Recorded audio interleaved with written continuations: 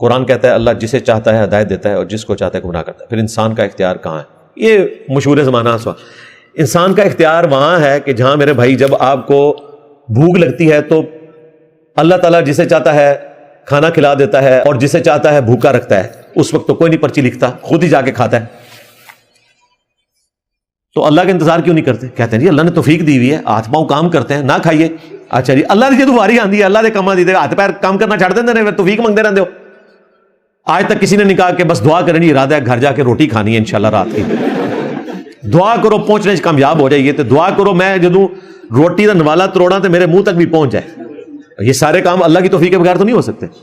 لیکن ہمیں پتہ ہے کہ ایسے ہی ہوتا ہے, اللہ نے توفیق دی ہوئی ہے, تو نیکیوں کے لیے بھی یہی رکھا کریں.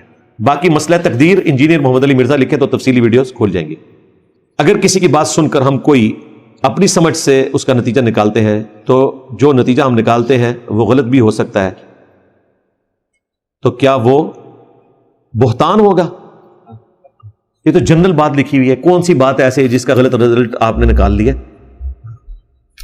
تحقیق کے بغیر تو نہیں نکالنا چاہیے. آؤٹ آف کانٹیکسٹ کسی کی کسی بات کا کوئی غلط رزلٹ نہیں نکالنا چاہیے.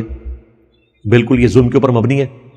اس طرح کی کوئی حرکت نہ کریں کسی کے ساتھ بھی, اللہ کے حضور پکڑے جائیں گے. آپ کو کسی نے ٹھیکیدار بنایا کہ آپ نے لوگوں کی باتوں کا رزلٹ نکالنا ہے. اگر اتنا شوق ہے تو بھائی پوری تحقیق کریں. مجھے کتنے مولویوں کی لوگ ویڈیوز بھیجتے ہیں تک یعنی کہ کہتا ہوں میں کہنا یار نہیں انہیں کیا یار تو سمجھ نہیں آئی. مجھے پتا ہوتا ہے کہ یہ ویڈیو کا کلپ کٹا ہوا لگ رہا ہے, عام بندے کو نہیں لگ رہا ہوتا. اے آئی کی ویڈیوز بنی ہوئی ہیں, اس میں عجیب و غریب قسم کی باتیں لوگوں کی طرف منسوخ کی ہوئی ہیں.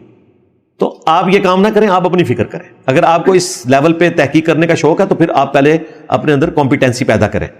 ہمارے چینل آیت و حدیث کو سبسکرائب کیجئے تاکہ ہدایت کا ہر پیغام آپ تک پہنچے اور آپ خیر کے اس سفر کا حصہ بن جائیں.